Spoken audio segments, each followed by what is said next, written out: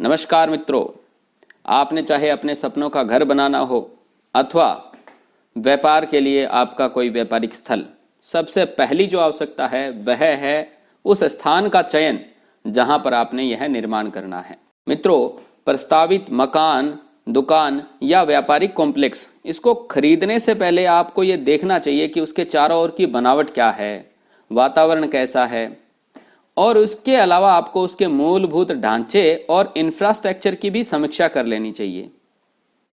वैसे भूमि चयन करना इतना आसान नहीं है। यदि आप किसी विशेषज्ञ वास्तु आचार्य की मदद लेंगे तो यह आपके लिए बहुत ही ज़्यादा सरल होने वाला है। परंतु फिर भी मैं कुछ बिंदुओं पर आपका ध्यान आकर्षित करना चाहूँगा। उन्हें यदि आपने ध्यान में रख लिया तो आपका जो भूमि चयन है वह काफ़ी हद तक सफलतादायक होगा। जिस जगह पर आपने मकान बनाना है उस जगह के आसपास शोर शराबे और गंदगी पैदा करने वाले स्रोत ना हो, यह पहले नंबर पर आप देखें।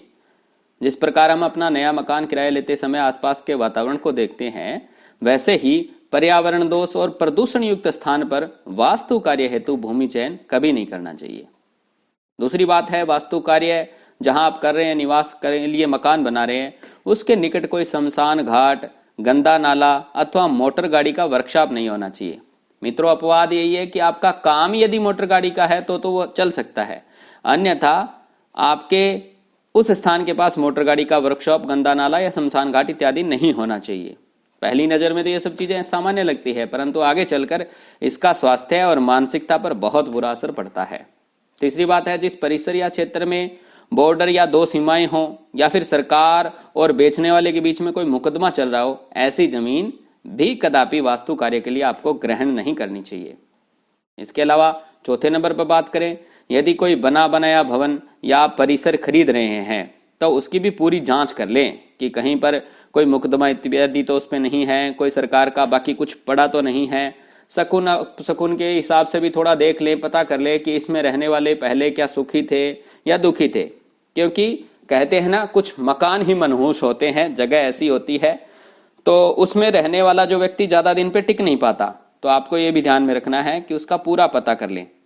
या फिर कोई नाम को बदनाम करने वाली घटना से जोड़ देते हैं, ऐसा स्थान होता है जिसके कारण कोई बहुत बड़ी बदनामी हुई हो किसी की, तो पद प्रतिष्ठा को प्रभावित करने वाली सरकारी बंगला हो, क्वार्टर हो या आवास हो या विकास परिषद का बना बनाया कोई मकान हो, उसको खरीदने से पहले आपको इन बातों का विशेष ध्यान देना चाहिए।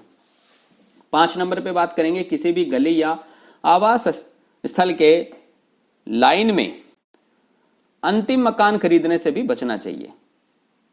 सड़क के किनारे बना हुआ अकेला मकान भी शुभ नहीं होता, क्योंकि सुरक्षा के दृष्टिकोण से वह काफी कमजोर होता है। 6 नंबर पॉइंट आप मान सकते हैं कि अपनी उस जमीन को खरीदने से पहले आपको अपनी स्वयं की देखरेख में नाप करवानी चाहिए। बहुत धोखाधड़ी चलती है आजकल, तो आपको नाप करवाना चाहिए, जितना बताया उतना है या नहीं है। मिट्टी का रंग आदि भी यदि आप देख सकें तो बहुत अच्छी बात, नहीं तो कोई विशेष आचार्य का सहयोग लें। और इसके अलावा आपको एक सीधा उपाय बताता हूं कि आप कोई बढ़िया औजार से उस भूमि के अंदर 2-2.5 फीट गहरा खड्डा खोदें और बाद में उस खड्डे में 3-4 बाल्टी पानी डाल दें। पानी डालने के बाद देखें कि यदि उस गड्ढे में पानी शांत है या नीचे से बुलबुले उठ रहे हैं, ये देखना है गौर करके। यदि इसका जल शांत है तो मतलब भूमि की जो नीचे की परत है वह ठोस है और वास्तविक मिट्टी से युक्त है। ज़्यादा देर तक पानी खड़ा है तो भी बहुत अच्छी बात है। लेकिन यदि इसका जल बहुत जल्दी सूख जाता है या फिर लोप ही हो जाता है तो भूमि नीचे से बहुत ही पोली होगी, दोमट युक्त होगी, या फिर कोई और भर्ती कर करा के उसको बनाया गया है, और ऐसी भूमि शुभ नहीं होती है। जहां पानी तुरंत प्रभाव से सूख जाए वहां यह समझ लेना चाहिए कि पानी यानी कि आपका धन वो भी डूबने ही वाला है। 7 नंबर पॉइंट पे बात करूंगा कि 3 कोणों से युक्त, ऐसे बहुत सारे कोने से युक्त जो भूमि होती है उसको भी एक बार आपको चेक करवा लेना चाहिए कि वो आपके लिए शुभ है या नहीं है। आपके काम के हिसाब से, आपके घर के हिसाब से उसका जो डोमिनेटिंग जो जोन है वह उसका अच्छा है या नहीं है। एक तरफ से चौड़ा या एक तरफ से कम, ऐसी भूमि भी अशुभ ही होती है। नंबर 8 है कि प्राकृतिक प्रकाश जहां से आ सके, जैसे सूर्य महाराज का, चंद्रमा का प्रकाश आ सके, ऐसी जगह का आपको चयन करना चाहिए। स्वच्छ वायु आ सके, मुख्य मार्ग से दूर और नजदीक कितना है, छोटा मार्ग आ रहा है या फिर कोई गली की जो सड़क है वह सड़क चौड़ी है या नहीं है।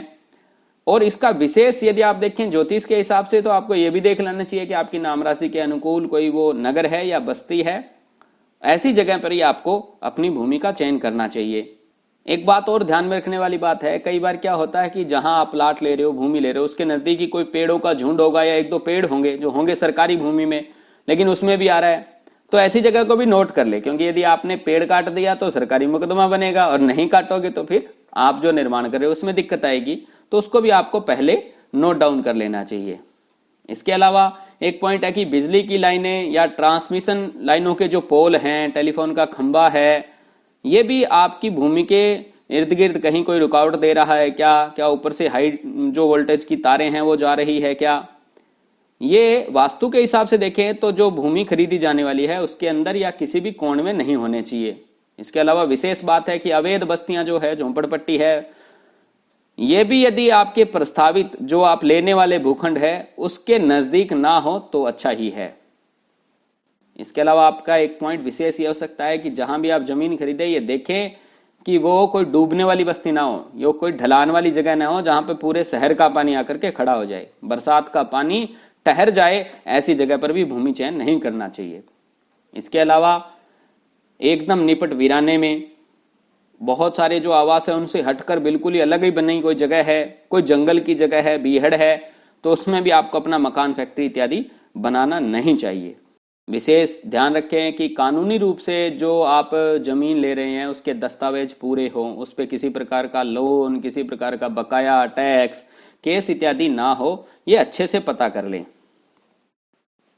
अपनी संपत्ति की खरीद करने से पूर्व उस क्षेत्र के किसी जानकार या अनुभवी शुभ चिंतक, अनुभवी शब्द प्रयोग इसलिए कर रहा हूं कि बच्चों से ना पूछें, कि जो ज्ञान में बुजुर्ग हैं ऐसे लोगों से पूरी राय लें और उसकी सहमति अवश्य लेनी चाहिए।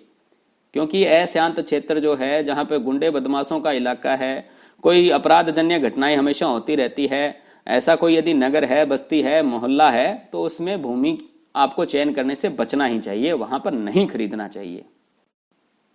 अब आपने चारों तरफ से कानूनी और गैर कानूनी विवादों से मुक्त जो भूमि मूलभूत सुविधाओं से भी युक्त है, ऐसी भूमि जहां पे नजदीक पानी है, सब कुछ चीजें हैं, दिशा और नाम राशि के हिसाब से भी आपकी अच्छी क्वालिटी की आपको भूमि मिल गई, ऐसी भूमि का चयन करने के बाद में आपको अपने विश्वस्त वास्तुकार से उसका अच्छा सा नक्शा बनवाना चाहिए। और मैं कहूंगा कि उस भूमि चयन का जो फाइनल डिसीजन है वह लेने से पहले भी जरूर संपर्क करना चाहिए, ताकि आपको यह पूरे अच्छे तरीके से बताया जा सके कि यह भूमि आपके लिए कितना वरदायी रहने वाली है। वास्तु पुरुष, वास्तु महाराज, वास्तुदेव सब पे अपनी कृपा बनाए रखे। जय श्री विश्वकर्मा।